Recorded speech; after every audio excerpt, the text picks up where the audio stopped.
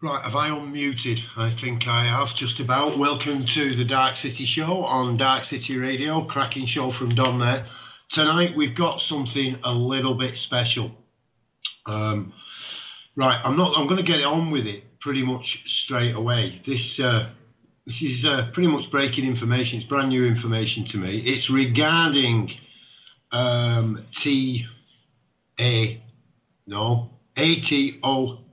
healthcare. ATOS healthcare. That's good for me. And we've got kind of right. I'm going to have to. You need to mute your microphones, people. I'm going to have to kind of prompt them people straight off the call. We are really short on time. Just to let me know, I can bring you back in, but I'm getting noise from your microphones.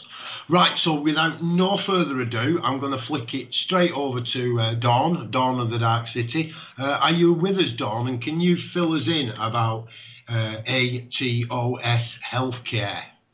Hi.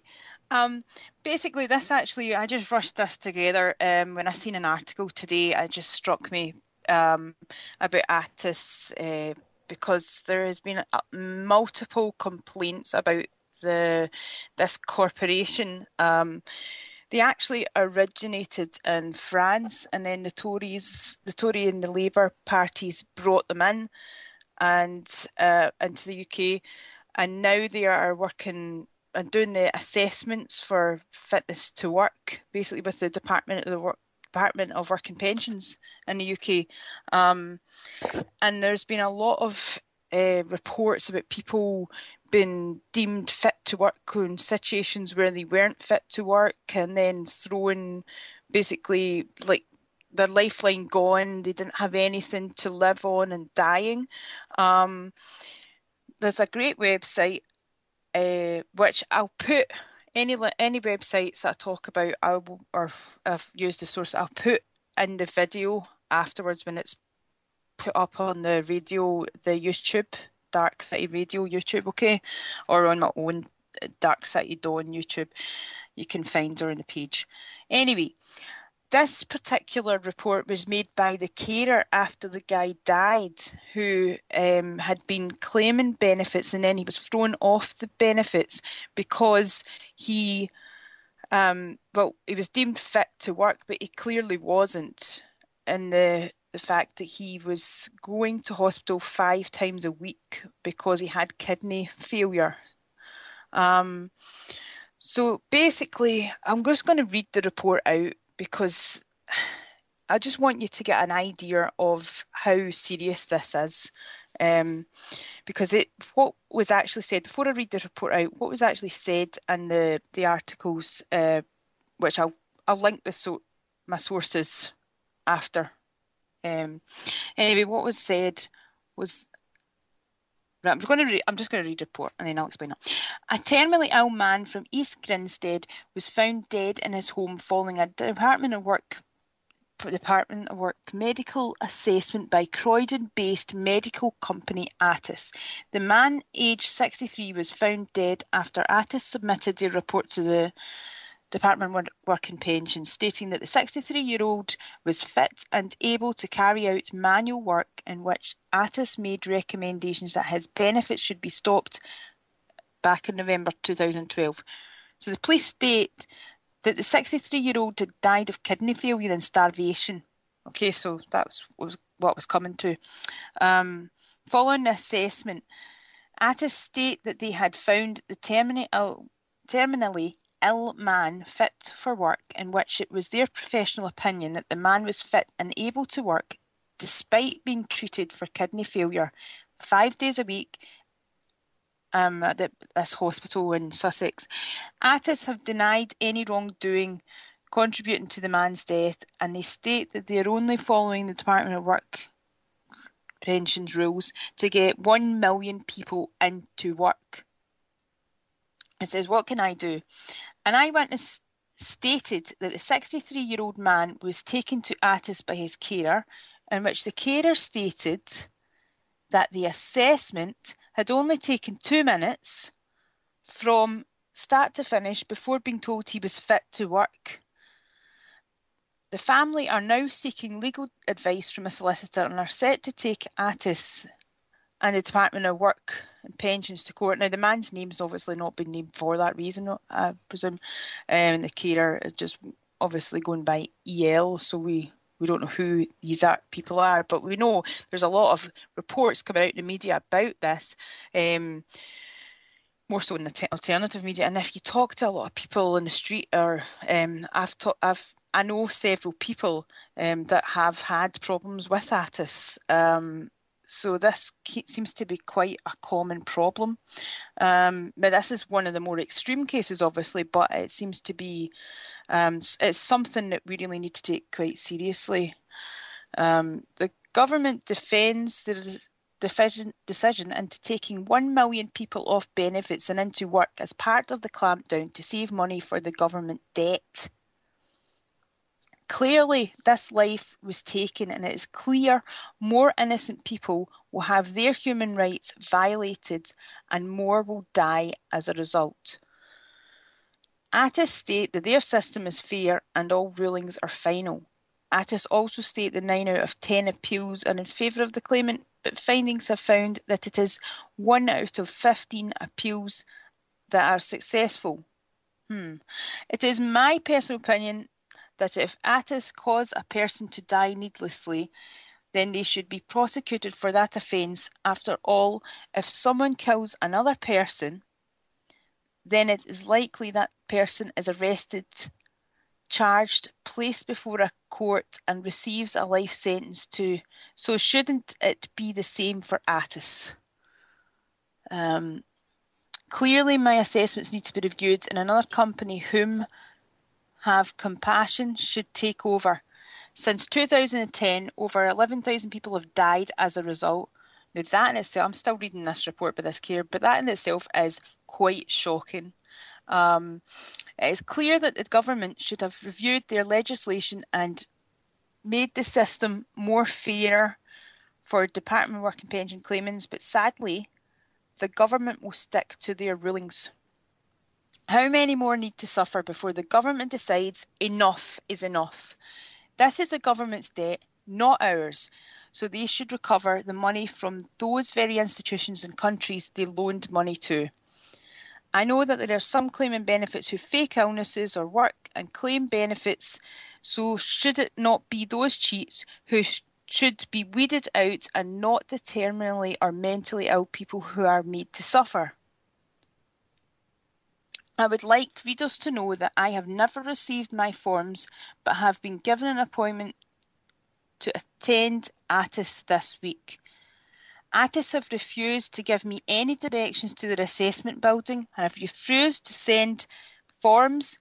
Therefore, my assessment will be deemed unfair and my human rights will be violated despite 20 calls to them requesting the very forms and maps for the directions.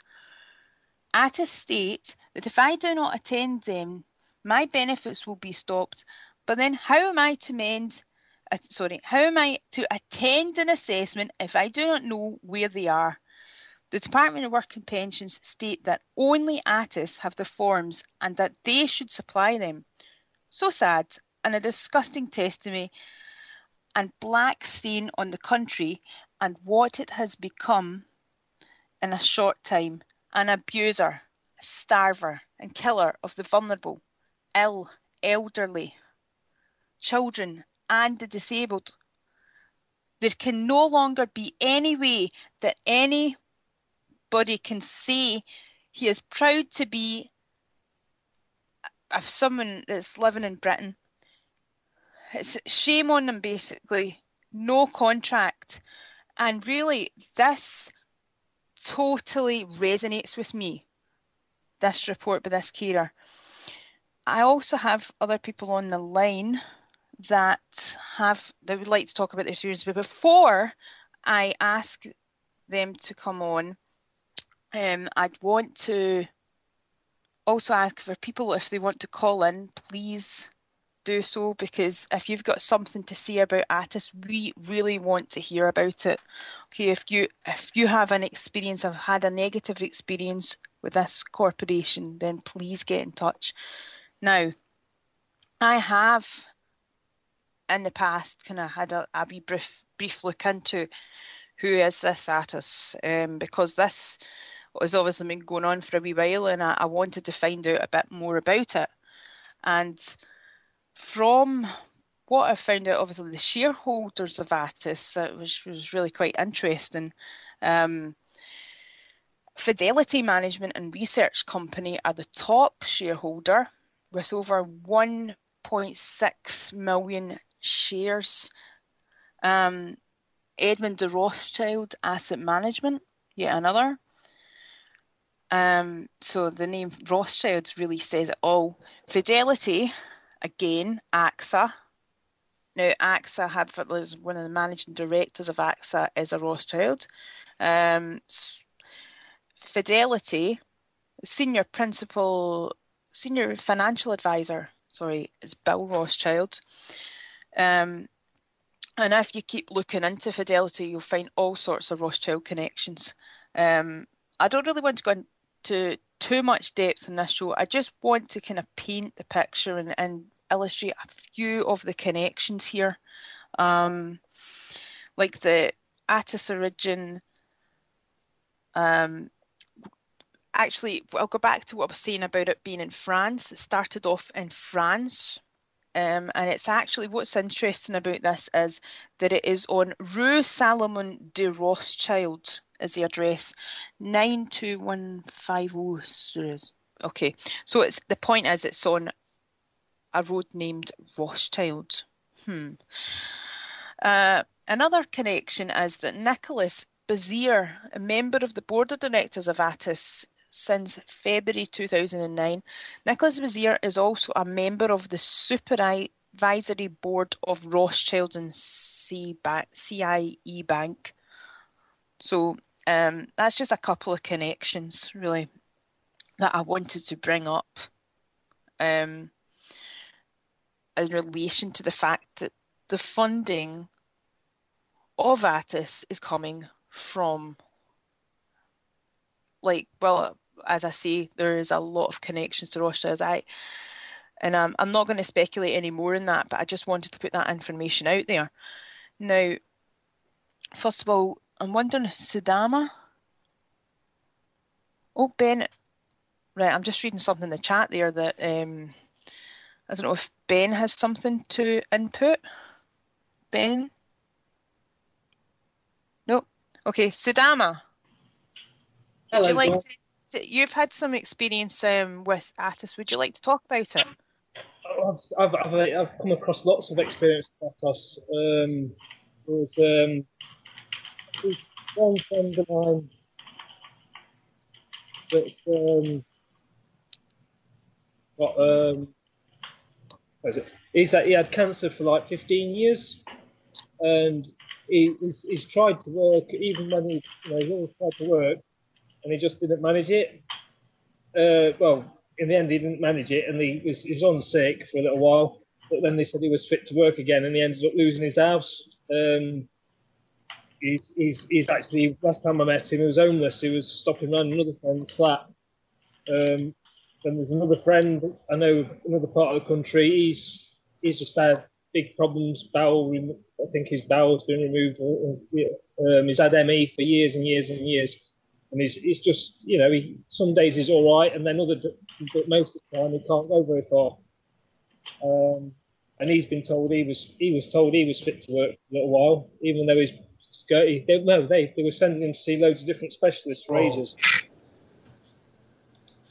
Oh, sorry. Stephen, can you mute up a wee second? Because I'm going to ask you next. Sorry, carry on, Sudama. And then I know I've got two uncles. One, he's just had his money stopped to half. He's living off about £40 a week, I think it is. Just because I can't remember exactly what he said, but it was to do. They said he was fit to work, but I think he's got white knuckle and things like that from working down pit for years. And the other uncle, who was a builder, he was fine until he had herpes simplex virus, but it didn't come up as a cold sore. It actually attacked his brain, and he nearly died, and he's had severe memory losses and things after that. He tried to go back to work, but we had to lay him off because he said he was just unsafe for everybody else. And myself, That's really atrocious. My thing, I haven't had my money stopped, but I never answered. I didn't answer them. I went to the ATOS meeting and they said I was unfit for work. I put an appeal in, and they said I was supposed to go to court. I think it was 3rd of August last year, and I didn't go. They phoned me up to say I should be in court, and I says, well, yeah. I says, well, do whatever you want because as you know, I do whatever you want. And they said, oh no, we'll reschedule it another time, and that's 7 months ago, maybe 8 months. No, I'm still just getting paid my full money while the appeal's going through, where these other people are appealing and they're having money stopped. So I don't know what's happening. Wow. That's it. Mm-hmm. Well, thanks for sharing that with us, because it's really important to get these stories out there, to get people's real life experiences of ATOS, because this is affecting a lot of people, and it's going to affect even more people as the economy really starts to crumble, and people become more dependent, fall out of work, and then need to have benefits. But this is why I have people on my show like Navis and permaculture people, because it's so important to try and start learning these skills, like how to grow your own food and how to move towards trying to be less reliant on such a corrupt system that we're living in right now. Stephen, I believe you've got something to share. Would you like to? Yeah, fine. It's just that I've had 3 appointments with them. First time I got lost. Second 2 times I took my mum. And they were all trying to get me back to work. I had to point out to them that while I was in hospital, they discovered I had brain damage, 2 different types, and I'd had no follow-up on that, and could they wait until the hospital got in touch with me before they said I was fit for work. So they sent me to the job centre, where I told the guy the same thing, and he helped me fill the forms in, and now ATOS don't bother me anymore. Okay. Excuse me, Don. Would this same company be dealing with bedroom tax? I don't know, to be honest. I don't know that. But that is another thing that's really important to cover as well. So that's something we would like to cover. So if anybody's listening just now, can you please get in touch with us if you want to talk about either ATOS or bedroom tax. Please get in touch with us, because we really need we need people to come out and share their experience, especially people that are really involved in this and protests and whatnot. We need to get this information out to the public, and we want to give you airtime. So please, this is another call. Yeah, please. I really, I'll second that. And I know we're speaking for everyone here. We're concerned about this bedroom tax. We really are. We've contacted a few of the groups locally. The Manchester group, we've contacted well, I've got a list of them here I can go down, and I will mention them. I will. There's several. Please, I mean, there's too many to mention at the moment. There's a local one at Manchester. If you are out there and you're listening to this, please contact us. We want to put this information out there. We recognise fully this is another tax on the people, and it literally is a tax on the people. Now, I mentioned it because this is a bit close to me. I pay a mortgage. It doesn't make any difference for me. It really doesn't. But I do know, well, Steve, who's on the line now, I do know that he's actually been, he's just gone through all that, and then they've hit him with bedroom tax. And it's just repeated. It really is repeated. So I just wanted to drive that home, Don. Really did. If you are out there, we want to cover bedroom tax.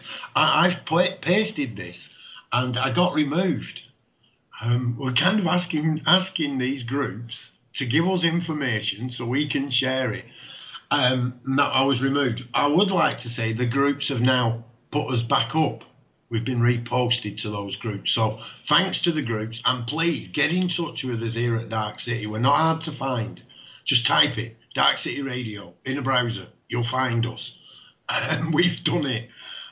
So yeah, please get in touch from the bedroom tax. Any information we know on that. There is a meeting at Piccadilly between 1 and 3. If there are local ones, get down there. You don't just go down, show your support to these people. It's not long before it's going to be you that the squeeze is on. Yeah, this is being pushed out in the north of England first. They like to put it out in the north.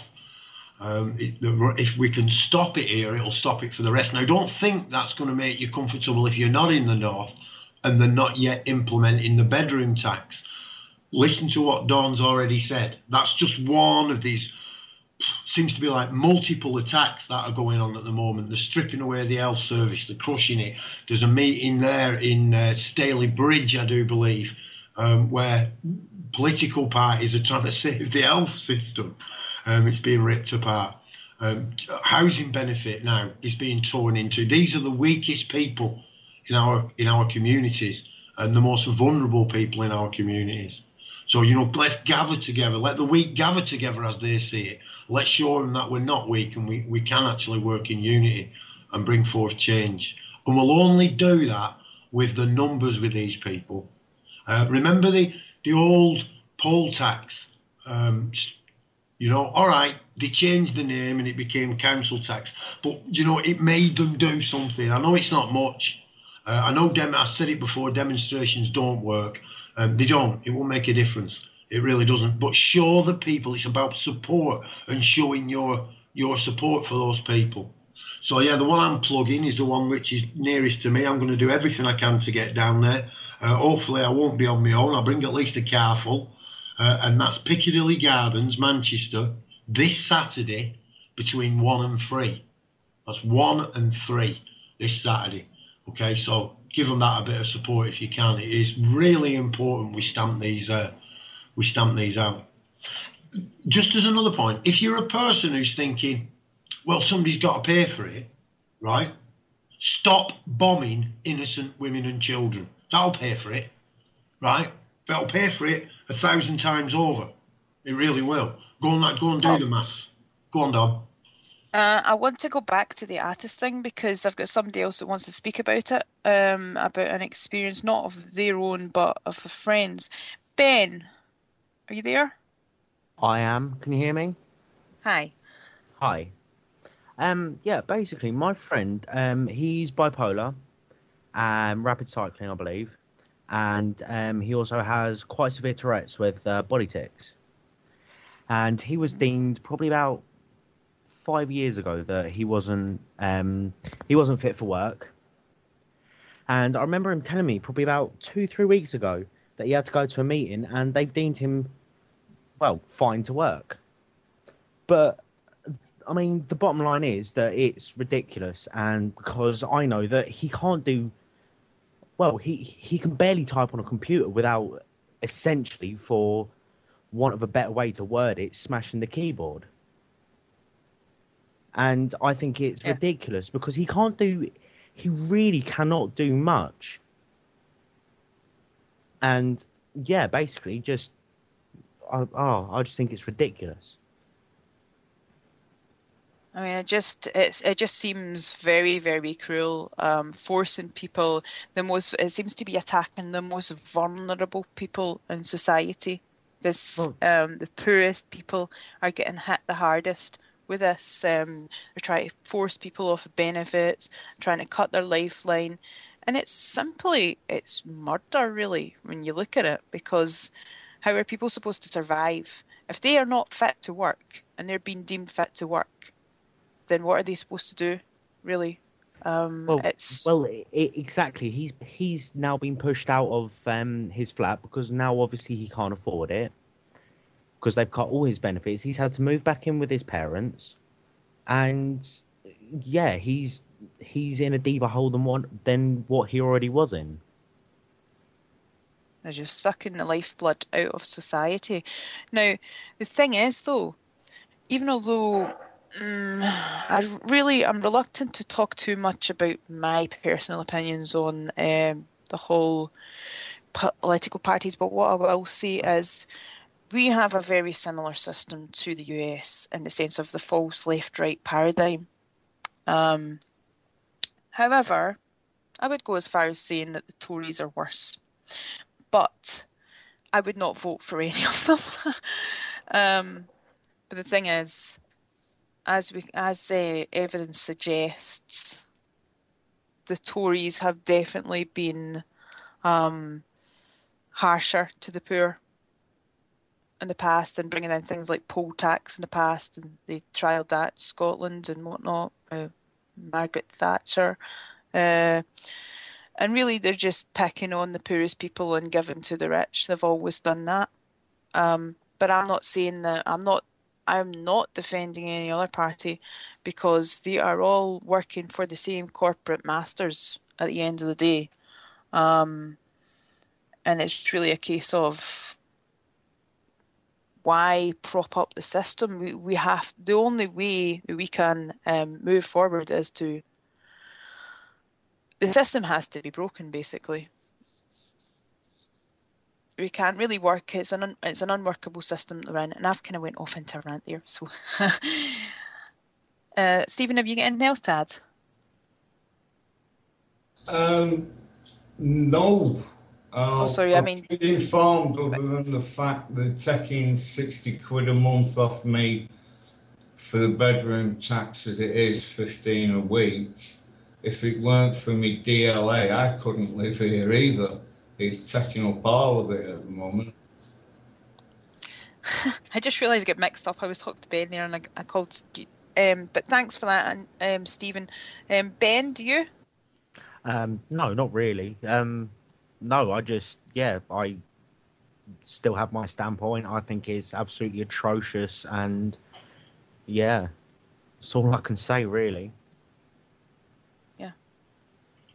It's a case of, like, we are not living in, I don't even like the word democracy, to be honest, because it's like mob rule, really. We're not living in a fair system, which, I mean, that's really it. That's my point I'm trying to make. So if anybody's got anything else to jump in with, I think Paul has. I don't really think you were on a rant. I think you're making very valid points, Don. The so-called political system that we've lived under is no more than a multi-head monster. Yep. Same body, pretty obvious, many different heads. So yeah, and that's worldwide. They often make it look like another country's government is worse than the UK, but no, it's pretty much the same. The atrocities take place in a different manner. Of course, we live in one of the safest countries in the world, the UK.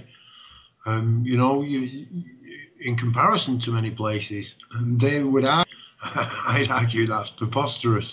It isn't because of the security. The majority of people are actually peace-loving, caring, considerate people who may be getting duped. Like I say, that I mentioned before, the National Health Service. I've posted a link to the room there, and I'll also post it to the chat room. And if you do want to join us in the chat, go to Skype. No, don't go to Skype. Well, you can go to Skype. You can go to Skype and have Bob's Backyard and call us here.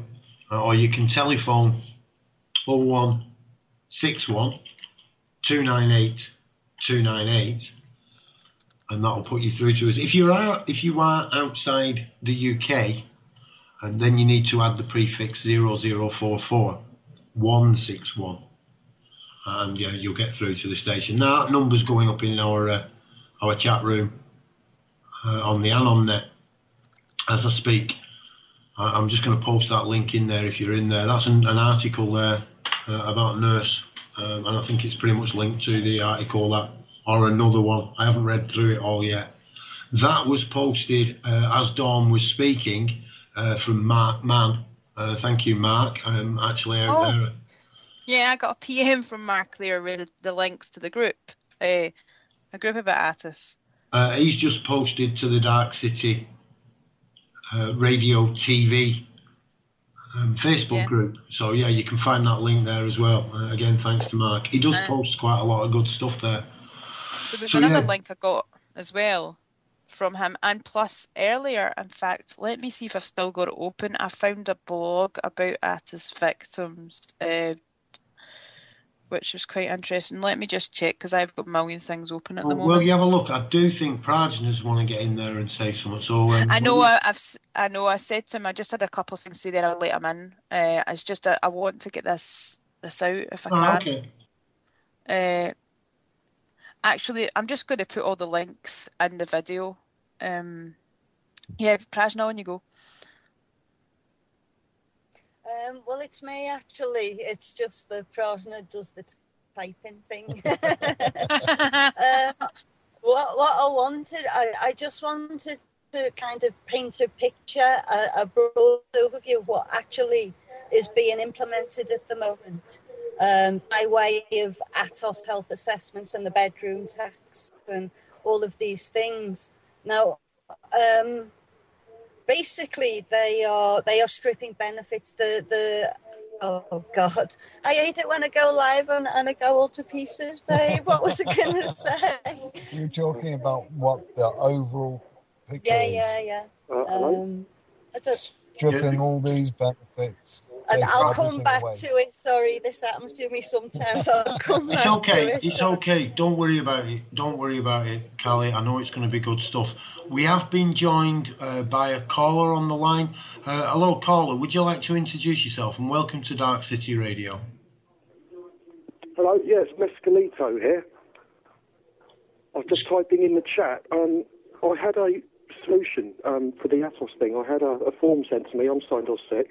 And I filled out the form in a very unconventional way, and they basically didn't even call me in and put me in the support group. And so I suppose I should really be willing to share that information.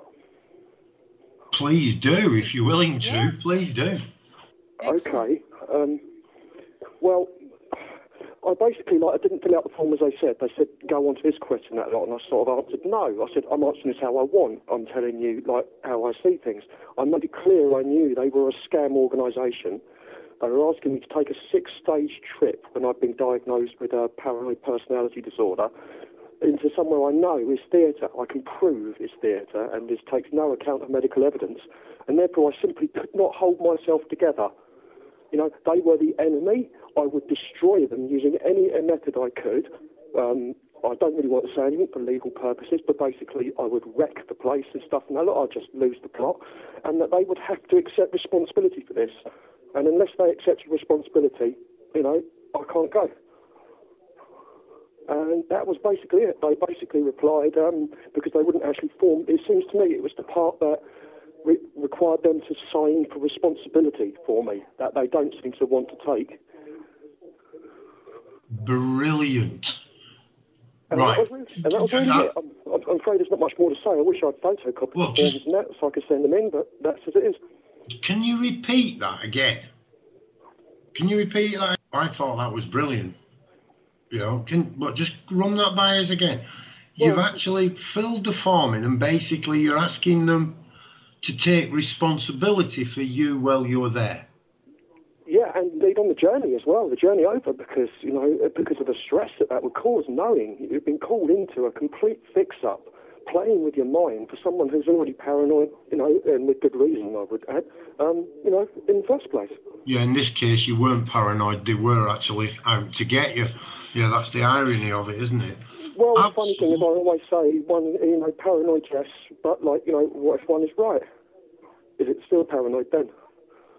Well, like I say, man, I think they are out to get you. You can't be paranoid if it's true. I was diagnosed with a personality disorder because I freaked out in my bank because they were robbing me. I was then exonerated. Of course, that didn't get rid of the personality disorder. I got my money back from the bank and like I say, exonerated. But hey, they still then consider there to be something wrong with me. Would I be paranoid in thinking that that they were out to get me? Well, yeah, no, I wouldn't be paranoid, because you can't be paranoid of events that have already took place. It's already happened. You can't be paranoid. Okay. I mean, I'm actually, like, the things have got so bad now with the world that, you know, like, I actually volunteered at some point, and I said to him, like, sure, if you want to give me a job, that's fine, but as long as you understand that I'll use my skills, I don't really want to give away what they are, but let's just say they're central to the modern lifestyle. You probably guess, but I just don't want to say. And I have a moral obligation to use those skills to economically destroy them. And I would have control of the computer network and important files locked up and stuff and encrypted, such that life of the universe to decode them, and, you know, as soon as I got there, to do so. I have to agree with my colleague on Dark City, Dom, when he said basically we're fighting in their arena. We are fighting in their arena. I think your information stops those people going into their arena, man. I don't think there's a such thing as a fallen hero. I'm not interested in anybody falling or any more victims. And I do think that your little bit of information could actually stop many people going into the arena. So, excellent call. Absolutely excellent. Okay, thank you very much for calling in. I mean, the one thing I'd say to all the other readers as well is that, like, whatever your religious persuasion, if you're sick and you're in the late half of your life, you've only got 20, 30 years to go, in this world of matter. Don't sell your soul now. You know, you've got to face the consequences, whatever, in eternity for your actions here in matter. You must oppose these fascists and these thugs and stuff. Absolutely. You know, otherwise you're just as bad. You know, don't sell out. It's worth it. It's worth it to take it to the wire. It really is. And if you let them know that, then, you know, you have something that they don't. Totally agree with you, man. I mean, in most cases, when people are willing to stand up, they are not willing to take it into court. I think you're quite reflective of that. I mean, the whole idea is we don't create victims. You know, the victim is supposed to be supported by these things. You know, we help the victim out. That's what happens. We don't go around creating them. And, you know, that's what is happening, without any doubt. Here at home now, in the UK and worldwide, we do have a worldwide audience. And I've seen more flags on our little server tonight than we've ever had. And this is obviously this is a topical show, because this is now just top the Wednesdays. We've never had this many people on a Wednesday, so we do want to get this out there. We really do, and that is a topping bit of information, really. I could end the show on that. I'd be quite happy just to end it on that. If you are going for one of these assessments, I'm going to repeat this again. If you are going for one of the assessments, get them to make sure they're going to be responsible for you on the journey and while you're there. Get them Great. That is brilliant. I really do like that. Okay, thank you. I'll share that for what it's worth and stuff. Hey. It's not made up. Thank it's you. not a scam. You have to just mean these things. Oh, I don't suspect for 1 minute, man, that will not be successful. Until many people are successful, and then they'll just change the rules again. Because that's what they do. Doesn't matter how many times you are successful fighting, as you call them, your word, fascists. I don't know if it's the word I'd use, but I wouldn't argue with it. They just change the rules again. Every time we win, they change the rules. And then should they change the rules? Never be beaten, because you are you. You know, like you are the individual. It was a miracle of life. You know, you were one of those millions of sperm that were given that gift of life. You're a lottery winner. You're not there to be serving Rothschilds and stuff. You're there as an expression of nature, your own thing. And if you have to go out in a blaze of glory if they won't allow you to operate freely, so be it. Do so. Don't be afraid to do so. There's something that, what was it? Some guy wrote that I don't really read a lot of. My friend likes him. The guy who got accused of being son of God and stuff. But basically he said something, I made a book about get off your knees. Yeah, do so, you know. Otherwise you deserve it. You know, if you just pamper to these people and treat them as civilised people and that you deserve everything you get.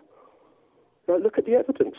The amount of people who say, for example, oh, I do this and I do this work and that because I have to feed my kids. You know, I do it for the kids. You're racing to war. You're burning the petrol. You're sitting around in rush hours, making it as fast as possible. You're trying to scorch your children.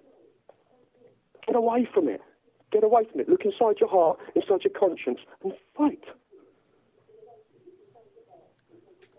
You're very passionate and can really feel it, and I totally agree with a lot of what you're saying. You've had a lot of good input there, and I'm glad that you called in, and I just wish there was more people that would call in as well about this, because it's so vital to get the information out so that people understand just how bad it is, really. And that we have to stand up. There's nothing special about me, you know, I'm just an ordinary person and stuff. Just have to grab a hold of your soul and stop looking at the papers and all the crap and all the bullshit and see, sorry, the language isn't appropriate, but see that this is just all the big scam stuff and it's your life. You know, your chance of gift of the life in the, you know, in this universe. Take it, you know, it's yours. Absolutely, yeah. I like this caller, mate. I like this caller. Yeah. You even used a couple of the same analogies I used, bro. Excellent to have you. Get Skype and make the connection with us up here at Dark City, man. We want people like you. This is what the city's, don't we? There you go. And that's from Dawn of the Dark City. Okay, I haven't been able to follow too well what's going on because it's quite weird having the computer playing whilst on the phone. So I'll check back in the chat for anything else that said, any key points and stuff. So yeah, thank you. Hey, brilliant, man. Stay in touch. Stay in touch. And if people out there have heard this, then let us know. Give it a go and let us know. And at Dark City, have a go. Yeah, you only live once. Just give it everything you have. Don't give it into slavery. Just don't surrender that. Don't surrender that gift. Just that's all my parting words. You know, you are you. The universe made you unique to follow your path. Do your path and no other. Otherwise, you've wasted that gift. Brilliant. Absolutely brilliant. Oh, no, there must be other calls. It's me again. Sorry, I didn't put a number in the Skype because I thought it's easy just to click when I'm ready to talk, you know. The thing is about all of this, about everything that we've been talking about tonight, the entire debt that is being forced upon the weakest and the most vulnerable, but the weak, the powerless, right across the board. That debt, that is their debt. It's got the Queen's face on it, for God's sake. So it's her debt. Let's just shovel it back where it belongs and forget about it, you know. What we've got to do, because when these taxes and reductions in benefits actually kick in, and they're only just beginning to now, the bedroom tax doesn't actually get introduced until the 1st of April. And I think it's right across the country. It gets introduced on the 1st of April. We've yet to see the results of these taxes on our existence. So we've just got to completely, our only option is to disengage from that system entirely. Our survival depends on it. And that's no exaggeration. Our survival depends on disengaging from these psychopaths who are engaged in culling the weakest amongst us. They're eugenicists, and people forget. And this is demonstrable in everything we see around us today. So people forget when they're dealing with ATOS, who created these disabilities in the first place. Who poisoned them with fluoride and with mercury and with all kinds of other things. These same people who are the major shareholders in ATOS now coming around to oppress them. So first they create the problem and then they beat you up for having the problem. Yeah. Yeah. We can Can I just ask you, because you know I know what ATOS are doing. Okay, I know what they're doing, all right? But who are actually ATOS? Now, as far as I get it, and correct me here, crew, you know, any of you, please, because I don't know here. This is all new to me. ATOS are a foreign company. They're not British. They're a foreign company that are being used by the British government to actually kick people off their benefits, they haven't got the qualifications to do it. These people have been put on these benefits because they've been examined by qualified medical staff. This foreign company's coming in and they're getting paid for the number of people they get kicked off. This is a bonus basis. Am I on the right? Paul, it's just like calling in Blackwater to go and turn over a small country. You know, this is what they're doing. They've got private armies, they've got private am I right here, corporations. though, Pridesner? I don't, before we go down the rabbit hole. That's spot on. That's stated it pure and simply for the fact of what it is, sure. So yeah, we've got and I'm not having a go at foreigners, of course. I'm quite aware there's plenty of British out there doing their own thing, you know, in other countries. I'm not having a go at foreigners. What I am actually saying is we've got a company which is attempting to. Well, that's what I'm perplexed. I am perplexed. So ATOS are a European company. What country are they from? French. They originated from France, Rue de Rothschild or some is the street that they're on in France. But then the Tory party and the Labour Party brought them into the UK to deal with the assessments for fitness to work through the Department of Work and Pensions. The Baron Rothermere, who's leading this assault on us, he's a big mate of Cameron's, and for all his multi-billion-pound fortune, Lord Rothermere, for tax purposes, is French. So they're using the French a lot. That's interesting. Oh. Yeah, it's all right, man. We just want to give a bit of a pause so we don't all talk over one another. It is interesting. Again, I just want to cover the point is I don't think it's anything to do with English or French people. I mean, it really isn't. They just coerce us to have a problem, you know. I think the sentiments they are using the French quite. I've got to agree with that. The French people, I suppose, are be as disgusted as we are at this. And, you know, it's how far we let it go, I think. You know, it is like depresses people. And we've heard from people tonight who aren't getting these benefits. You know, I don't receive these benefits that people are speaking of. But especially the bedroom tax. You know, I mean, this is affecting, you know, I think it was Ben who spoke earlier. You know, his mate there, his friend, and it's disgusting. He's disgusted by it.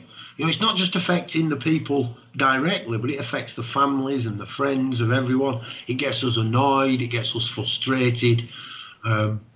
Yeah, you know, that it seems to me that's what I'm seeing here. There's like a multi-pronged attack, not necessarily on our physical immediate presence. You know, it's not as if like somebody's beating you with a stick, but emotionally and psychologically, that's exactly what's happening.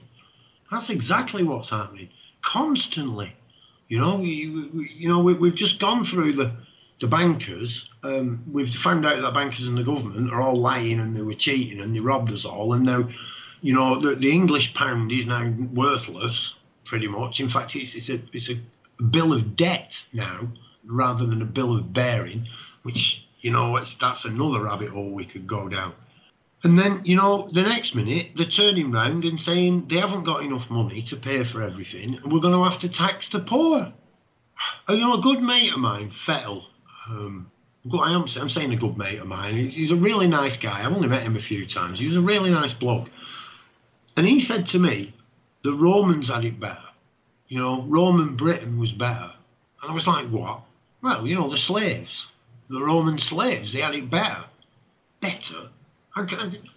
He said, well, yeah, a Roman slave, I mean, they had to work 6 days a week. And if they worked hard, they got a bit of change at the weekend and they could go to the amphitheatre on a Sunday or a Saturday. It might not have been a Saturday, you know, whatever it was. They got a day off. And if they were breeding stock, they got 2 days off. They got 2 days off a week. The houses were paid for, the clothing was paid for, and they were fed. Of course, there might have been a few bad slave masters around, but as long as you got a decent slave master, you could live a life where your housing and your water and your food were all paid for, and you got a bit of spending money, and you got a bit of entertainment. You know, looking at it like that, he's got a damn good point, because we have to pay for everything, absolutely everything, the whole kit and caboodle, the whole lot. So it's got worse. It looks like it's got worse. How we all put up with it, that's the bit that bakes my noodle. It really does. You know, I've lived a life for the majority of my life.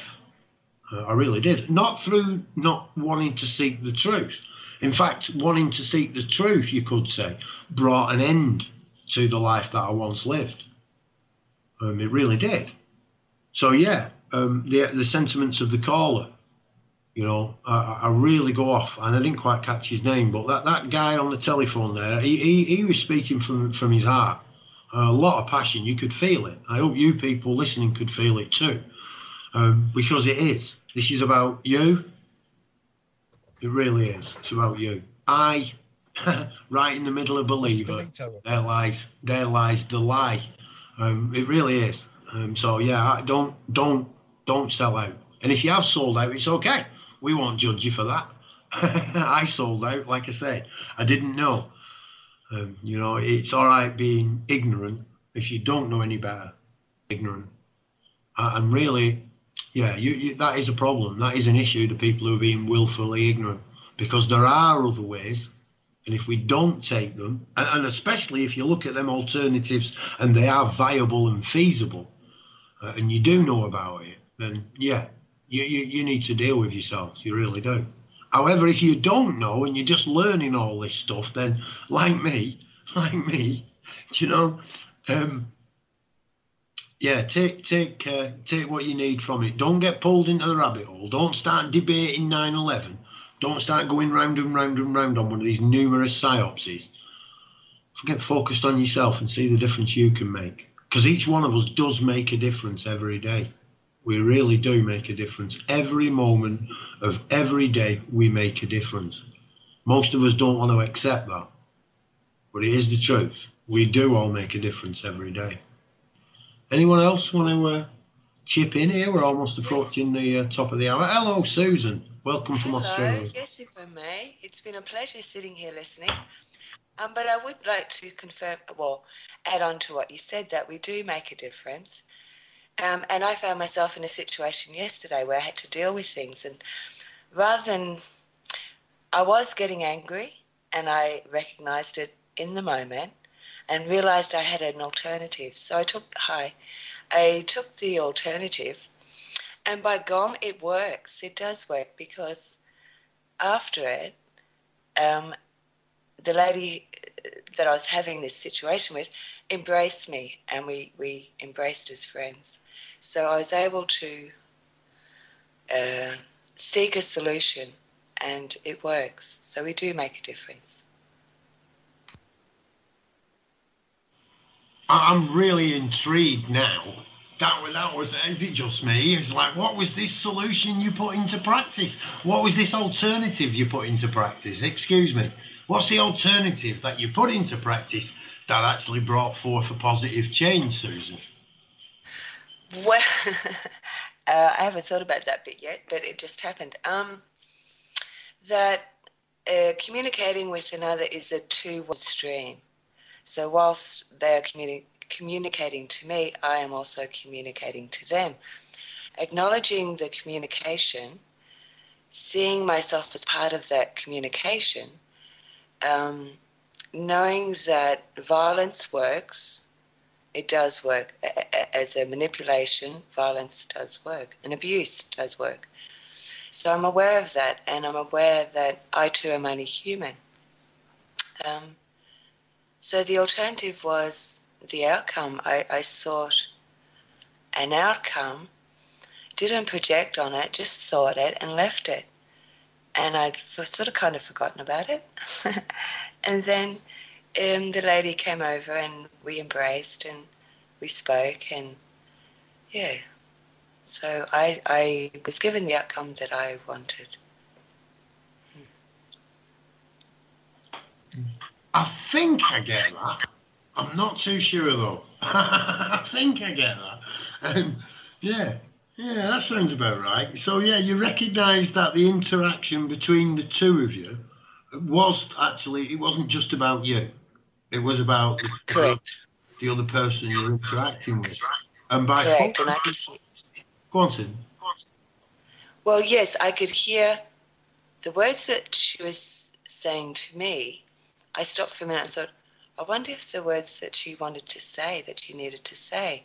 And because of the interaction, she was able to say it. It was it was almost like a mirror. I looked at everything. But I did get angry. That was the trigger. It's like, I've been triggered. So, yeah. That's really cool, actually. You've recognised this. You've recognised your own trigger, that someone's actually angry. The lady was angry, and you've actually let her get angry, because what she needed to say was what she needed to say. Not necessarily at you, depersonalising yourself from it. That's pretty cool. That is pretty cool, I think. Thank you. Yeah, it was a nice experience. But then I am aware that being willfully ignorant also has the body has habits. The body will habitually do things. So, I could feel that creeping in. It's like, oh, hang on a minute. No, that's habitual. The aftermath. It was like, I can't believe that just happened. Wow. I really acknowledge that we do make a difference. Our thought is so powerful. Yeah, so correct. We do make a difference in the moment. And while I actually, thank you to all the research that all of you beautiful people do. It's great. Thank you. It's just nice knowing that it's there. So thank you.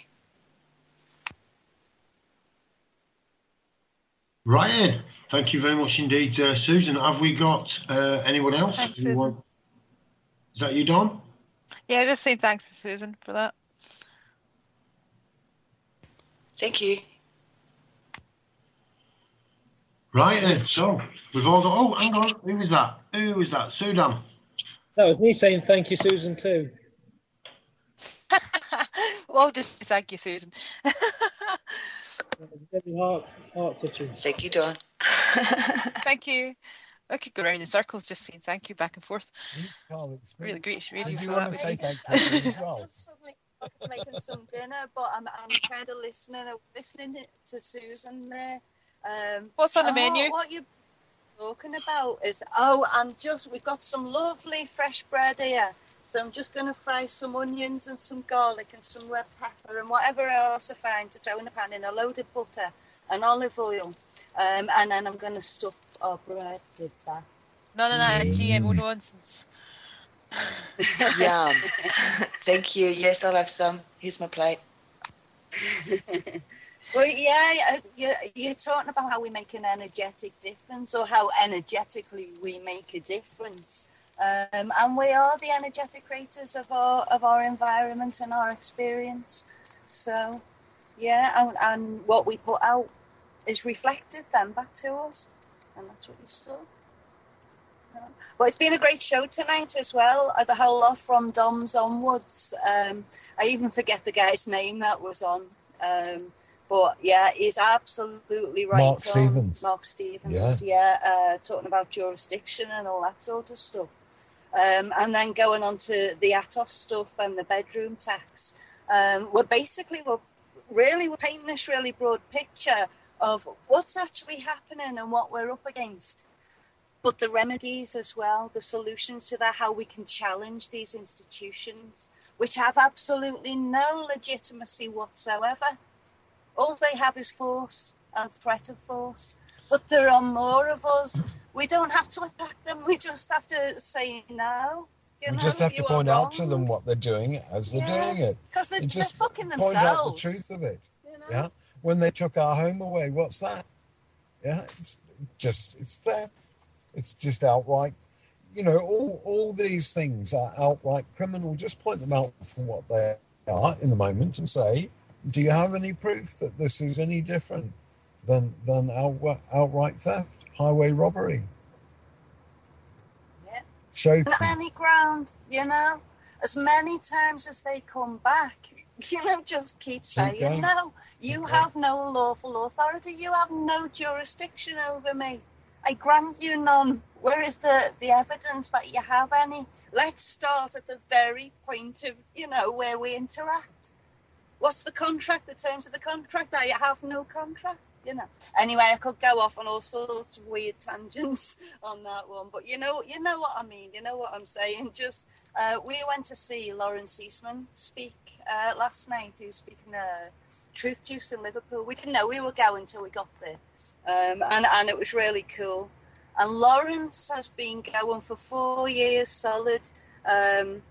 When he very first came to all this sort of the Freeman type information, started challenging debts, and then he realised he could challenge the mortgages. For 4 years solid, he'd been getting smacked in the face and smacked in the face and smacked in the face, and he just gets up and keeps going, and he says, no, you're wrong, look, this is why you're wrong, you know.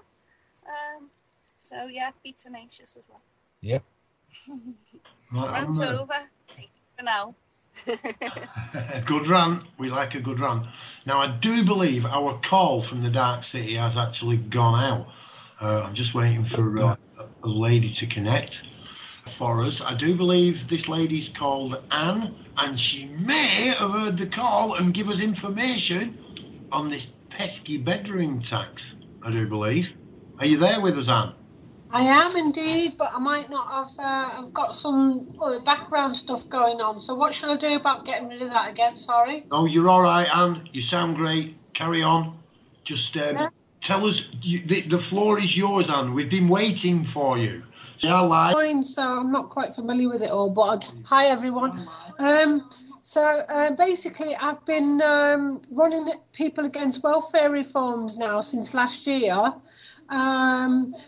And it started off on Facebook, and I've basically helped so many, well, not so many, some areas around the UK to get involved and kick off protests and, you know, giving help with leaflets and all this sort of stuff. Is this coming through all right? Is you getting a lot of back? No, you're all right. We're getting you absolutely spot on. Really are. What's your Facebook group called, Anne? Facebook, and it's called People Against Welfare Reforms. Now, if you join that, you will find all the areas that are involved. There's the next protest that we've got organised is on the 16th of March. There's loads of different areas have got involved, and loads of different groups have got involved now on that date, which is brilliant and perfect. So there's going to be a lot going on the 16th of March. I've also got a mass petition day that is, you can go onto the Facebook page and you look at the mass petition day. You can download the petition, you can share it out with your friends, you can get as many signatures as you like, and we are going to be, those of us who've been doing it for a while are going to be presenting the petition to our local MPs on the 19th, but you know, people can carry on, and this is going to carry on after the 19th, and we can still, because it needs to be an ongoing thing. We need to be carrying on, collecting signatures and giving these MPs who voted this stuff in these petitions at every single opportunity.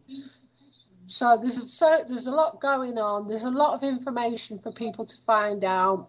Like I say, there's lots of groups have joined now. Like I say, we've been going since last year, but it seems now that people are really starting to get involved in it all. Oh, it's good to hear you, Anne. It really is. It really is. We've been looking for someone who, just like yourself, really, who can give us that insight. So, you know, somebody who's coming from your own experience. That's important to us here, Anne. It really is. And can I just give you a pat on the back for what you've done so far? Thanks a lot. Right, thank you. I'll tell you what I've been doing, yeah. I've been actually I'm plonking my arse outside the town hall, and I've made myself a placard with all the information, and I've been going outside the town hall, and I just sit there in a chair and I've got leaflets that I've printed, and I give people the leaflets, and I let them come over and talk to me, and they come over and talk to me, and we discuss what's going on. And do you know what? I tell you what, these politicians who voted this stuff in would do well to sit outside on the street and talk to these people about the devastation that this stuff is causing, because I've sat outside and talked to people, and I tell you what, it's heartbreaking to hear the problems and the suffering that these people are going through. It's heartbreaking. And I've sat there. I've gone outside job centres. I've sat outside the town hall. I walk around on the street.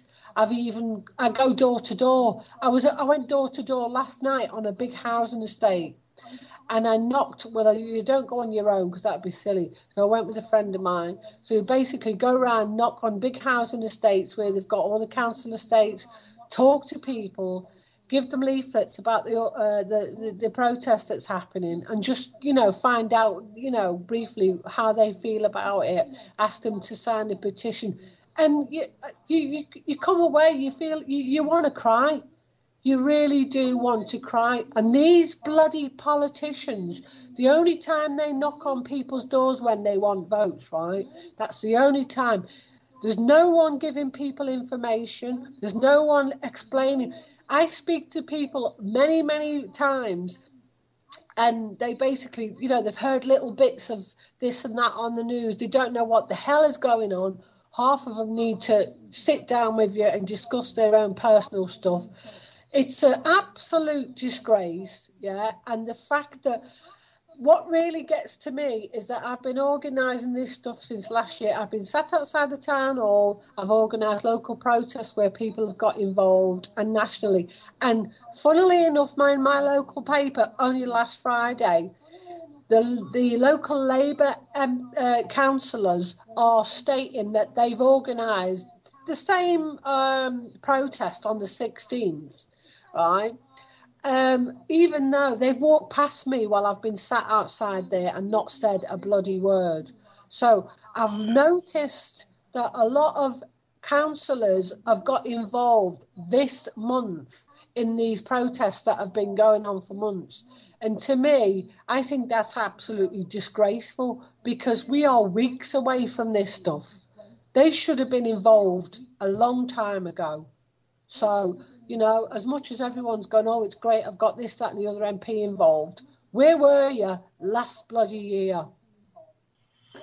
Well, I'll tell you something, and you'll find that the majority, well, everyone here, I can speak for everyone actually, what I would say on the inside of Dark City, and I imagine I can speak for most of the listeners of Dark City, because of the content that we have, we'll all stand against tyranny in any way we can. And I see that's what you're doing. It is tyranny. That's what it is. It destroys, as I mentioned earlier, the hearts and minds of people. It might not be destroying them physically, because many of these people are already physically broken. They really are. So yeah, putting them through more, it's tyranny. That's what it is, Anne. Absolutely brilliant. How did you find us, Anne? Well, I've got a great friend called Boris. And I've been quite active for many, many years, to be honest, in different issues and whatnot. And I've got a friend on Facebook called Boris, and Would that be the second Battle of Hastings, Boris? Our outside reporter down in Hastings bypass. Yes, what a gentleman he is. He's a good old friend of mine. I've known him for many, many years. Over 20 years, and. He just gave me a link tonight and said, this is a really good online radio station. You might want to talk to them, and because he knows I've been involved in this for a while. That is amazing, Anne, because I've been rattling all the groups, the Facebook groups around, not all of them, but a lot of them today, This is what we're doing. Come and talk to us. Come and talk to us. And you've come along through a connection we've already had here at the Dark City. So absolutely brilliant. Absolutely brilliant. If any of those other groups are out there, please get in touch with us. We'll find you space. This is what it's about. I'm first time up there. I don't know what to say to you, man. Absolutely brilliant stuff. I'm really into people who actually, well, what we used to say in Manchester, they get off their arse and do something. Do you know? You've got to get off your backside and do something. We were just speaking before you joined us about that. We all do make a difference every day. Many people sat in front of the television eating the Big Mac, swigging down a couple of pints of lager now, watching the football maybe. They might not think they make any difference whatsoever. But this is so far from the truth. The world is a dangerous place, to quote Albert Einstein. Is it Albert Einstein? Yes, it was. The world is a dangerous place because people do not have action. And people like yourself are making this world safer and free from tyranny every day. I hope you get that, Anne. I hope you get that. I hope you do, because without people like you, the Nazi regime that we've been living under since 1947 would have rolled over us a long time ago. Yeah. I do know what you're saying. I think it's really important that people don't live in fear. There seems to be some sort of conspired fear that's been put into people that, we all know that social networking sites like Facebook and, all the rest of it, that they're all, they're monitored by what you say and what you're doing and all the rest of it. But to be honest with you, I really don't think that people should live in fear. I think that people should be willing to forget about not just fear, but ego. And I know for a fact that a lot of people don't like to do there's a lot of people who can't go out there for personal reasons, whether they're, whatever them reasons are. I respect the fact that, not everyone can do what I'm doing. I do respect that. But I think for those people who don't do it out of fear or because they feel like they might look stupid, they should really realise that these reforms are just the beginning. The fact that they're bringing in these reforms are, they're going to start off in April with the bedroom tax, right? That's just the beginning, right? And people seem to think that, And we've already got the bedroom tax now. We've had a caller on, Stephen, tonight. He's already paying it. It's already happened here in the north. Really? Yeah. That is so bad.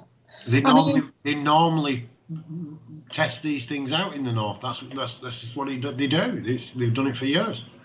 So people are in the north are already paying it? The bedroom tax, yes, definitely. Do you know what areas that is? Definitely. Tameside. Tameside, right? Tameside, yeah, which is on the east of Manchester, made up from the towns of Ashton-under-Lyne, Hyde, Staley Bridge, Mosley, I do believe. Now, how long has this been going on? When did the bedroom tax come out in your area? Well, he's been paying it for at least a month. He's not on the call now, so if you are still out there, Stephen, and you're listening, will you call back? We need to get more info, but we'll stay in touch. We'll get you this info. We'll give you details. We'll put you in touch with the guy. He lives close to me, so. Do you know what I found really interesting? Because I've been looking at tonight about counsellors and actually how much they get paid. Yeah. Now, all throughout the country, counsellors get a different rate of pay, but according to what I've looked at, Taxpayers Alliance, right, the people who are getting the counsellors, who are getting the most amount of money are the counsellors in Manchester and the counsellors in Birmingham, right? Now, I find it really strange that you're saying that the bedroom tax is already coming out in Manchester, is already out in Manchester. Well, we just lost your voice there, Anne. Right. Can you still hear me? Can you still hear me? Oh, we're still hearing her fine here. Oh. Yes, we are, Anne. Thank you. Yeah, it's been wonderful listening. Thank you. I'm just thinking it's really strange that councillors in Manchester are one of the highest paid councillors in the country. Do you get me what I'm saying? Yes, yes. I'm actually from Australia, but I'm actually from Australia, Anne, so thank you. It's getting a bit of feedback. Is it all right still, or? Excuse me, that was my fault. I just leaned forward and pressed the mute button on my my amplifier with my knee. So my apologies there. Please continue on. Right. Okay. So I'm just, I'm really, the fact that the Thameside and Manchester are getting, obviously it's the pilot scheme's already going ahead there, which is quite shocking really, because I've been dealing with this for a while and I've never heard of anywhere where they've already brought it in. So to me, for me to be looking tonight and seeing how much the difference between Manchester and Birmingham councillors get from everywhere else in England, which is like they get like over £16,000. The councillors get over 16 grand, compared to like between 3,000 and 8,000 to everywhere else. It to me that kind of sends out warning signals. Why are these councillors getting so much money, and at the same time they're bringing this stuff in, piloting it in that area? Well, it's a worldwide epidemic. I could run you right down a rabbit hole there. Have a look at Ashton-under-Lyne. This is the town I live in. We go into our council offices and there's a bronze bust effigy of the Black Knight. This is who these people pay their homage to. The Black Knight was one of the Knights of Malta, one of the Pope's assassins that drove people out of their homes. He was a rapist, a murderer, a tyrant, a real tyrant. And they put this gentleman up in the shopping centre, which has got the same Masonic symbology, this knight and the shield. They put him up in the shopping centre, and there was a public outcry because the people of Ashton-under-Lyne and Tameside didn't want this image as their representation. The council, that's who the council want. They want it. They even found it a home right inside the centre of their council offices. So it doesn't surprise me at all that the bigger the tyrant, the more money they get. Absolutely. That's quite an eye-opener for you for me to hear this information, actually.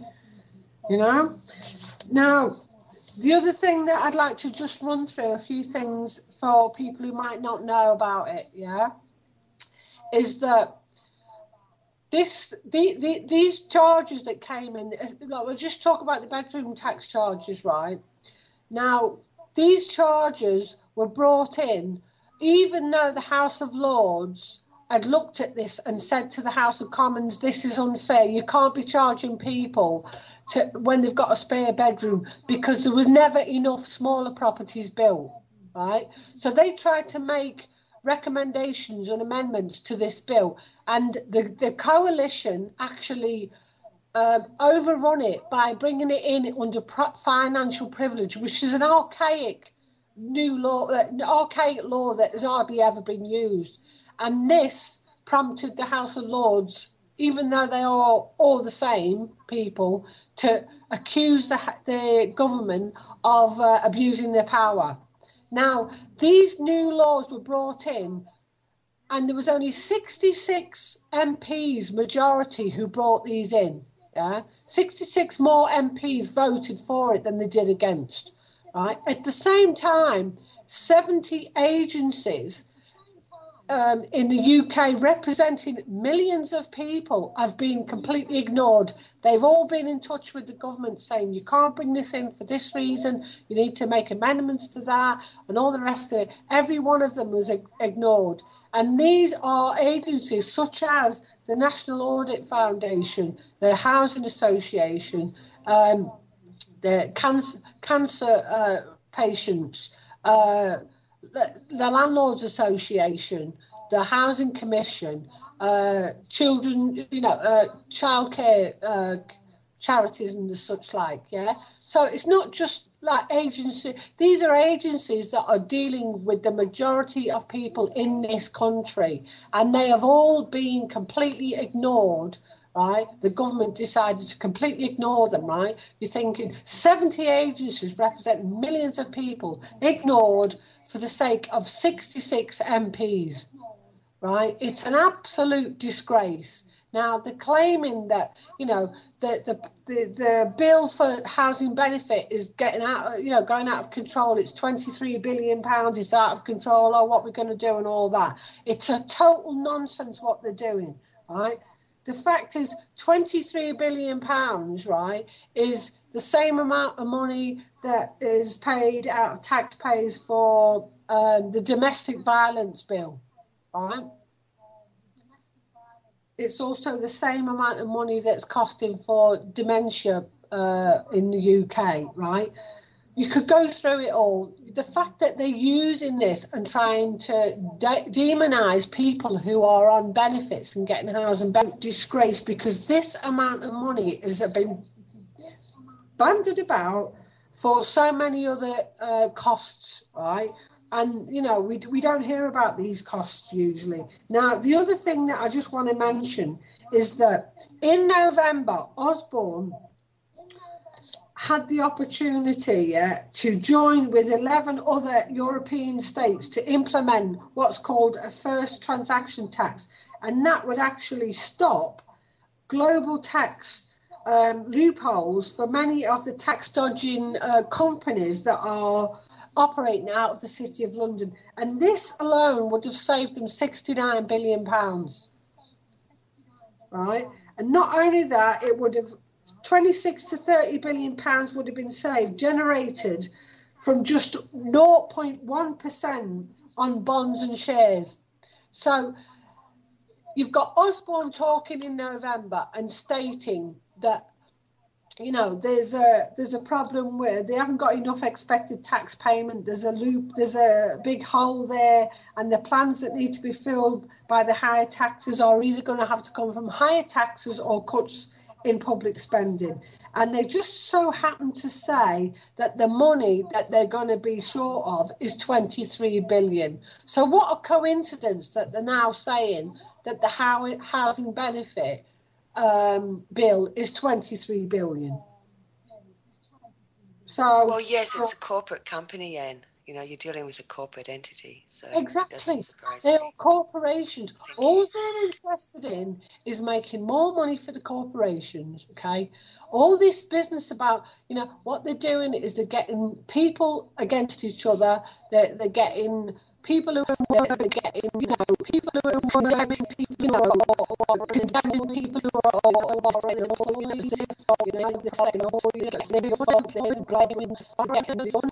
blaming the foreign housing. All they're doing is dividing unless people realise, and unless people realise it's not really going on, they don't realise that these people, right? There's no reason for these people to be charging the taxpayers for £23 billion for the housing benefit. There's no reason for them to be creating these problems in the first place. Yeah, it's all done on purpose, because while they can make the rich people richer, they can actually make the poor people poorer at each other's throats and send us back to the bloody dark ages with the new rules and regulations. Right on, Anne. Right on. Brilliant information. Right on the button. Brilliant. Absolutely. Where have you been? We need more of this. Thank you, Anne.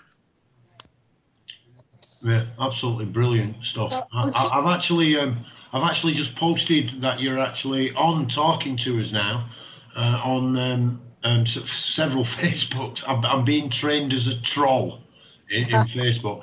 I do see it as a way of getting people out there. There was a lot of people in one of the groups, bedroom tax. I'm just trying to find it, and I will have it for you in a moment. And they'd remove posts. And I've been trying to say to them, look, come and talk to us. We want to know. It's not relevant. How can this not be relevant? But they've got us.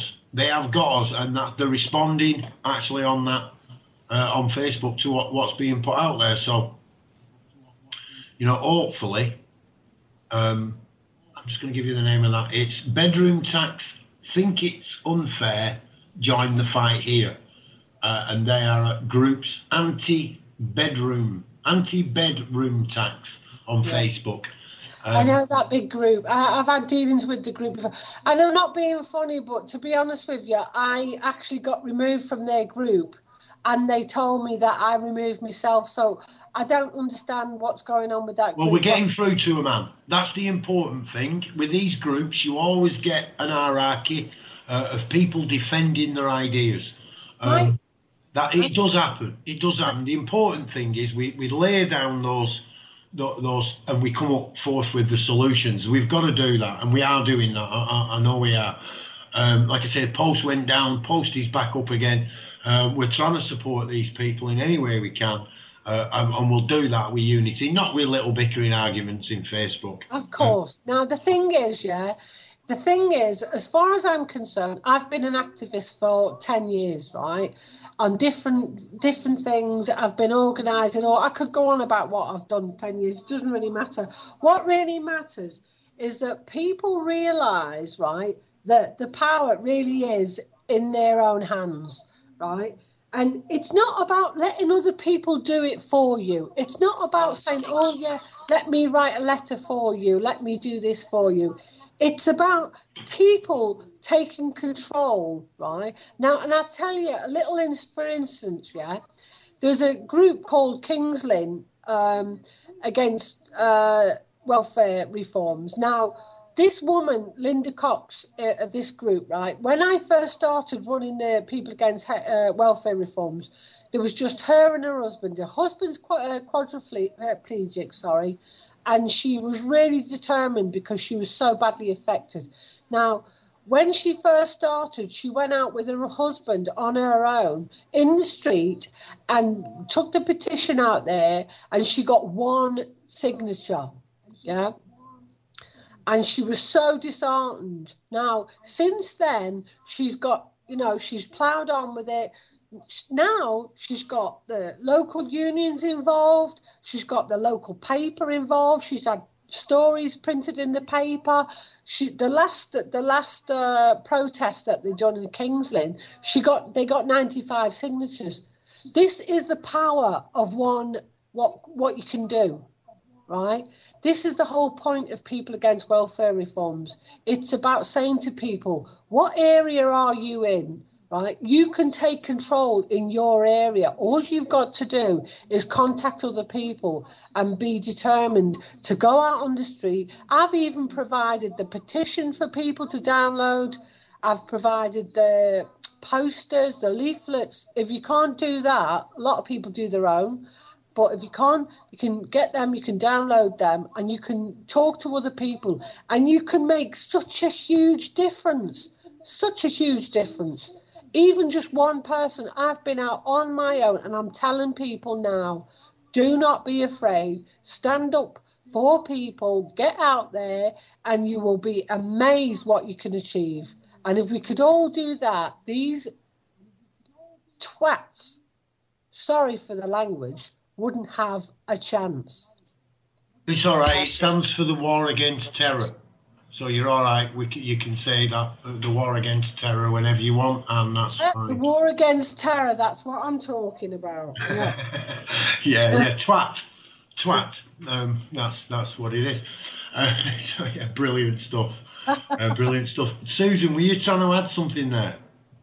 Well, yes, there's foundations similar to what you were saying, run by people just like yourself, Anne, gifted in certain areas of law, and who do provide a free service, and it allows you to represent yourself for what it is you need representing. And I think for too long, oh, they will do it for us, or I can't do it because of that. So it's good to know that there are people out there who do genuinely share the knowledge, and it does benefit the community as a whole. Again, they're not sponsored by the corporate entity that we call a government, but, they still do it. And thank you, Anne. Thank you for being part of that. I see it's a worldwide issue, and there are solutions. And knowing your energy, knowing how much joy you do bring to people by being there, to acknowledge your energy, and thank you. Thank you so much. And can I just add this? Yeah, I've realised that we can't just be informing people and doing that. We've got to work in different areas. And one of the other areas that I've decided that needs to be worked on is when these reforms come in, they are going to come in April. The bedroom tax is going to come in April. But between April and October, there's going to be so many people who are going to be struggling for food and such like. So what I've actually done is I've realised that, when it comes to people really struggling, we need to be there for them. So I thought if we could help people who can't afford to eat food, as well as inform people of what's going on, then that is going to be something that's going to be really needed as a safety net. So I've started another group on Facebook now, and it's called Support and Supply Havens. And what it actually does is I've started it in my local area in Hastings, right? And I've got in touch with local community kitchens and asked them, can I use your kitchen, please, to cook food for people who are going to be struggling in the future? Because these people soon, come October, are not going to be able to afford to buy food and cook food. There's loads of food banks starting up where they give people food, and it's all people who are getting references or sent by whoever, social services and all that. But I think I've heard it from good authority that they're not going to be able to cope, and they're already struggling to cope with helping people who can't afford to eat. So I've started something that is it's a food haven. It's supply and support havens, and they're called SASH, and they're basically going to be set up in my area, and then I'll help everybody else in other areas to do the same. So I've already been given the opportunity from Rye Community Centre for a Tuesday and Wednesday, and also for another community centre called Chapel Park Community Centre, and they're going to allow us to go in and use their community kitchens. I've also got volunteers. I've got at least 12 people in the area who are going to be willing to go in and cook food for people who are in need of a decent meal. And we've also started asking and begging supermarkets and other people to donate food because, thing is, it's going to get worse before it gets better. And I think that when the public start realising that people are queuing up for food with children because they can't afford to feed their children, they will realise that this is not what they really want to be seeing in the UK. Now, at the moment, the food deals are all, they are about, you get a letter to say you can get food and you go and slip in the back door and no one sees you and all that. But I think it's really important that the people realise and see how bad it's going to get, and it will get really bad. And I think it's important that there's a safety net in place, right? So I've been spending my days contacting supermarkets, local supermarkets, talking to people. We've got the community kitchens, we've got the volunteers. We need people to donate the food so that we can give people a decent meal at least once a day. So that's something else that people on Facebook can look at, okay? It's called SASH.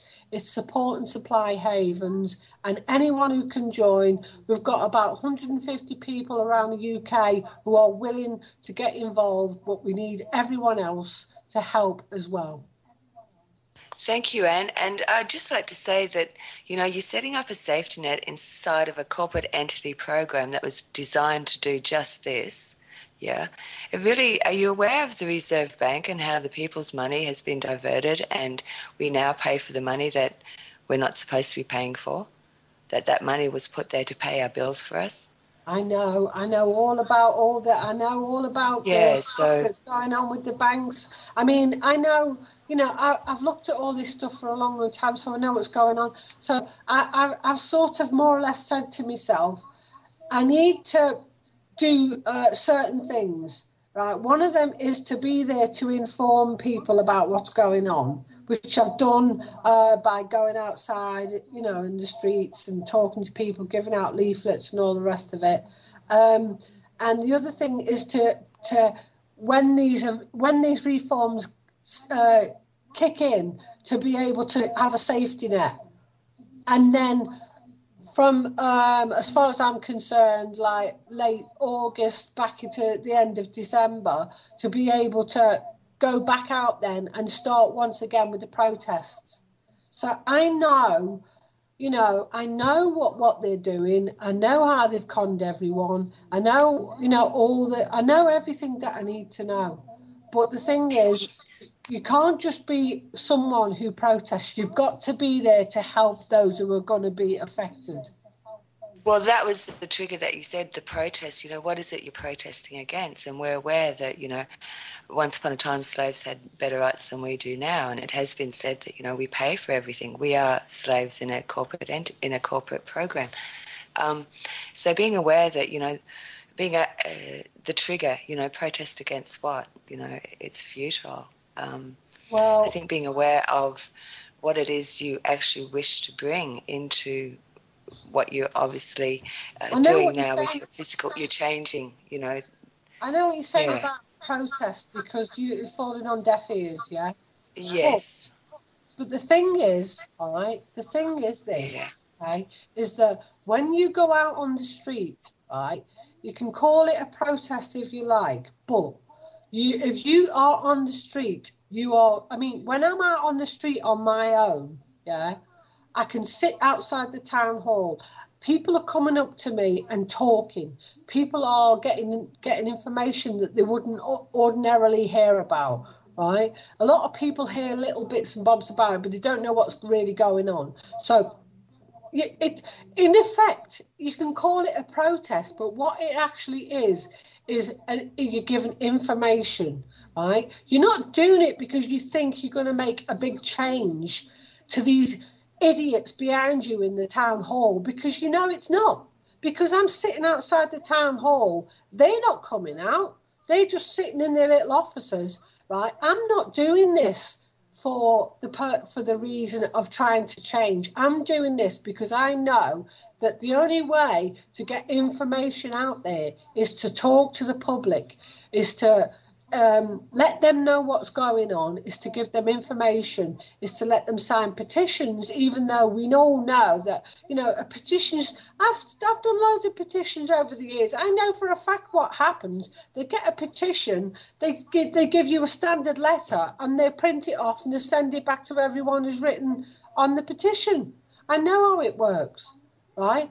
The thing is, if you can get out there on the street and you give the information out on the street, you can talk to people, you give the leaflets out, yeah, even what I'm doing, going door to door on estates, right, is letting people know what's going on, letting them know that they're not alone. They've got, that we are all in this together. There is other people out there, because people get so depressed and down because they feel they're so isolated. You're living in a tower block, or a block of flats when you've got kids and you're struggling, and you've been told that you've got to put your two kids together in one bedroom because you've got to let a lodger in if you want to be able to make ends meet, which is ridiculous in this day and age. Who would let a stranger come into the home when you've got young children to make ends meet? Not me. The government. We're not going to bloody do it. We are not going to be letting strangers in our home when we've got young children just to please the government. It's not going to bloody happen, right? So this is what we've got to do. We've got to stand together. We've got to actually say, no, we're not paying this tax. You cannot be charging people for a spare bedroom when, there's nowhere for them to move to if they want to downsize because you didn't build the houses in the first place. There's people who need the spare bedroom because they've got to spend time apart because the partner's ill or got cancer, yeah? Or they've got children who can't share rooms because they've got Asperger's or whatever. You know, this is a total, this, for me, this is the government seeing how much they can get away with. And as far as I'm concerned, if you're going to let them do this and you're going to pay, then they win. Right? We stand together, we don't pay, and we stand up for common sense. That's what we do. And as far as I'm concerned, protest, they're not going to change anything as far as the government goes, but they're going to inform the public and make the public. I do this for the public, not because I think I'm going to change anything with the arsehole. Well, it's a community gathering. So in that community gathering, information is exchanged, solutions are shared. So thank you, Anne. Thank you. That's the whole point about it. Yeah, that's the point I'm trying to make is that, you know, I'm doing this for the people. I'm not doing this because I believe that this entity of people who are just so corrupt and absolutely don't care about anyone but their own selves are going to change because we happen to be outside protesting. I do realise that. When people take the power back, when people say no, when people refuse to go along with what they're saying, that's when we win. That's when we stop them. And that's when, I mean, the Bulgarian parliament, 2 weeks ago, they all walked out. They all resigned. The Bulgarian parliament resigned 2 weeks ago because the people were outside shouting, mafia, get out, corrupt, right? And they all left. Aye. Aye. It seems to be happening all over the world. Exactly. So people have got to realise their own power, and people have got to realise what is going on, that they get these corrupt people. Or, I mean, when it comes to something, when you've got corruption in such a high places that they're going to be turning around and telling disabled people that they've got to work when they can't work. They're telling people who've got children that they've got to take strangers into the house. Yeah, it's going beyond. It's going beyond a joke. It's going beyond it. If you can't stand up now, I don't think we ever will. Well, it comes down to basic rights. You know, I remember 15 years ago, Australia being a drought-ridden country. It either rains or it's dry. And they put in a law for all water tanks to be taken out of the backyards. I sort of followed it. I sort of sparked when I heard it. Little did I realise they were trying to implement a water policy that has been implemented since, but that you have to pay for water, all water. And I've only just recently found out that New Zealand is the only country in the world who owns the rights to their water because of the water flow. And so, yeah, it's basic rights, you know, growing your own food. I don't know, Anne, if you're aware that we all can grow our own food, sometimes not all the time, but when, you know, the beauty of bringing the growing of food back into the backyard where it belongs. So, yeah. Thanks, Anne. I really have appreciated listening to your passion. Thank you very much. And hopefully people will get involved. And, you know, like you say about the food, I know some people have grown their own food and allotments and everything. So hopefully they'll be willing to donate for people who are going to be going without food very soon. I totally agree with you there, Anne. We've tried to take land back here in Ashton-under-Lyne. Well, we haven't tried. We have took land back in Ashton-under-Lyne. Only, well, it was 250,000, 250,000 square metres. That land now is 750,000 square metres we've took. Of course, we've only cultivated a very tiny amount of it. We're more like a thorn in the side of the local authority, but we are there, we are doing it. It gets more every year, and we just keep ticking on. That's what we've got to do. I want to include them. I don't want to go to war with my council, with the court, with the police, or anybody else for that matter. I really don't. For a long time, I felt like I've been one man just trying to stand for what's right you know. And now, look, what might be right for me might not be right for you. I'm just doing the best that I can do with what's available to me, you know, whether that be information or physical land and the materials to build things. So yeah, support these local. I mean, you mentioned the word donate, Anne, and this word, I have a real issue. I've found, right, with everything I've done, it's the poorest of the poor that support things like, well, here, Dark City Radio, I'll use us as an example. And we really didn't want to accept any donations from anyone for anything. We wanted to try and do it with what we had and with the crew. It's been pointed out to me that that is totally unfair on my part. It's not right for me and two other guys to pay for everything. It isn't right, and we should open that door. Of course, we're only interested in paying for what we use. We're not interested in making money out of this. For us, the true value of something it should be governed in the time we put into it and the energy we expel doing it. So you should be paid in gold bullion for the amount of time and the effort you've put in. I can say that for a lot of people. So just covering the donation, which I've seen wrangle through chat, there is now a donation button. It's not up to me. I have conceded, but that donation button is for the sheer running costs, nothing else. The running costs and the equipment we buy. Any surplus, if we get to a surplus where there's too much, we'll just remove the button. There won't be a button. Yeah. So it's there for the time being. And we're not interested in getting into this, what's happening with it. We've already get it while you can, donate while you can, last chance. Well, what we have done is we've actually set it up gradually with bitcoins first and foremost. We fully comprehend that many people don't know what bitcoins are. You can actually donate with using PayPal, but please go and have a look at bitcoins. We bought some for the station. We had a considerable amount. We had about 50, I think. We spent about 30 of those buying a bit mine to cover the cost of the station in the future. And so yeah, you might be right. Within 2 or 3 months, once the new equipment arrives, that we may be actually getting the New World Order to pay it for us indirectly through Bitcoin, I suspect. The current account stands at 21 or 20 point something, maybe 21 Bitcoins. That is what is currently in the vault inside the Dark City. So it's not desperate.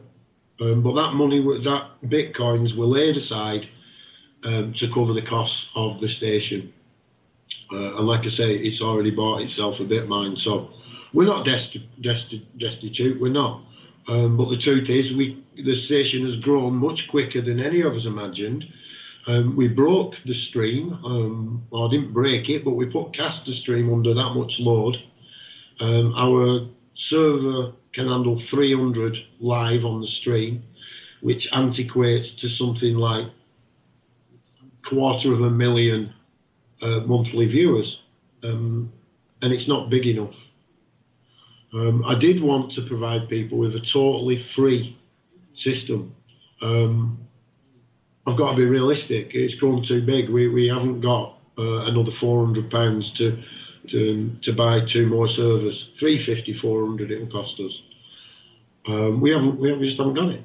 And we are actually going to have to buy a stream or rent a stream for the time being, which will handle 1,000 people. So yeah, I mean that's how it is. That's the real world. That's how it is. We will get there. The reason we've already built a server. If you have been following us, we've already got one server, which we built out of a donation, a blind donation. That's how he wants it to be. It's a blind donation, and they're all blind. You know, we don't know where they come from or who's giving it us. And the reason for that is no one can have any leverage. We have spoken over the last few weeks to some, we'll just call them other radio hosts, right? Other radio hosts. And they are all massively supporting on what we're doing. Not to have any corporate control at all. Not to have any major sponsor. Not to have any of that. Personally, we'll make it out of thin air. Sticky tape and brown paper if we have to. We'll make it work. The server actually works because it's not stood upright. If we actually stand it upright, the processor falls out. But it's kept working now for a good 8 weeks, 24/7. So thanks to you lot out there and the people who put the time in. Like I said, to me, the value is about time and energy. And I'll tell you what, if you've got any doubt of the energy, come and meet some of the people. I'm meeting great people every day. Look at Anne. Anne called the show for the first time. You couldn't ask for better. You really couldn't. We are pretty worldwide. We are getting people listening now all over the place. It used to be pretty much English, but yeah, we're getting what more can I say? I'm really made up, mate. I'm really made up. I've had it pretty rough in my time. And to be working with you lot, I know I've said it before, it's made me proud. I'm proud. I really am. It is hard work. It is hard work, but hey, you couldn't put your time into anything better. Or at least I couldn't at the moment. To actually hear you people coming together and getting it out there, because we will get it out there. We're a tiny station in the size of it. But I was given a few figures today that shows us Dark City Radio being the fastest growing internet station on the internet. We're growing faster than anything else. I mean, that's phenomenal. That's phenomenal, as far as I'm concerned. So yeah, fair play to you all. If you haven't pat yourself, I'm going to pat myself on the back, because you all deserve it. We all do. If you're a listener, listen. That is supporting us. Leave it on. Leave it on. Listen to the tunes. Send us text. Tell us what you want. Give us your music. If you're a DJ, knock an hour up. 55 minutes. Yeah? 57 minutes. Works perfect. We can drop jingles on the end. We'll play them, when we haven't got the live chat on. We can't post it all up to the internet. YouTube knocks everything. We've got to be incredibly careful. If it sounds like somebody else's, they stop it and try and put adverts on it. We don't want that. We don't want that. We are using it. We would like to have a podcast.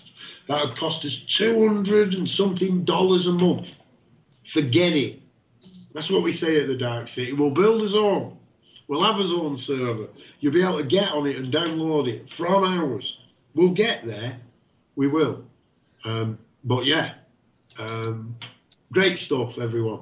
Great stuff. Thank you very much indeed. Whatever part you've played, I really do sincerely thank you all. Because without it, we wouldn't be here. Without you lot, we wouldn't be here. We're all vital parts of this. All of us. No matter what position you're in, where you think you are, right? You're really important. Every one of us. Even if you despise what we're talking about. Even if you want to come around and try and blackmail us to get on air. Won't work. We cannot be bought. We cannot be coerced. Because we're doing our best. And no one can ask any more. No one can ever ask any more. Do the best you can. We'll crack it. We will. That's my run. We've got about 6 minutes to go. I can play a huge jingle on the end if you want. So yeah, if you're out there, you're a DJ or anything else, you want to host, you want to produce, we've got other people coming along with computer talents. Dan, the Linux God, if you're out there, can you get in touch with us? We need to put you on to Ben, who's come along. He's also got some Linux knowledge, wants to help out. So yeah, the melding of the minds of Linux. Great show, Dawn. Thanks for your information early on. Belting from Vin and Don earlier on. Mark Stevens, No State Project. Catch that on a Sunday. Starts early. Don't let it get put off because it's American. Stop letting them divide us. You know, who do you think taught these Americans this bogus law that they're all getting duped with?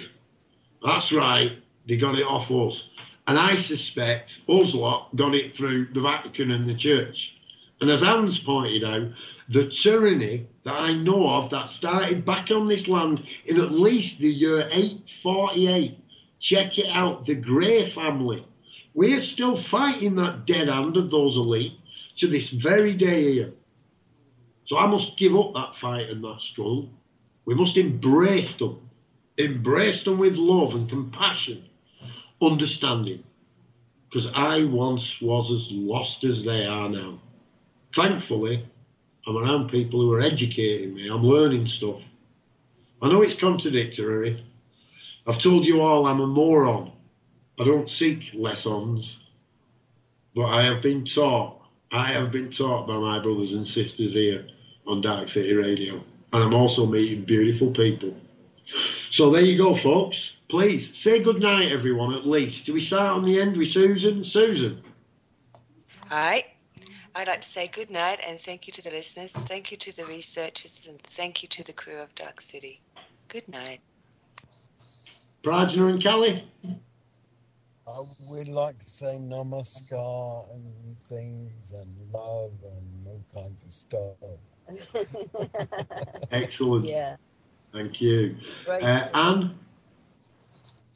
Yeah, stay strong, folks, and keep the faith, and you know we can change this.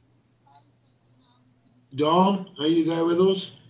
Yep, I would like to thank all the listeners for tuning in, and for the callers as well who came on the show, Anne and the other callers about the ATOS.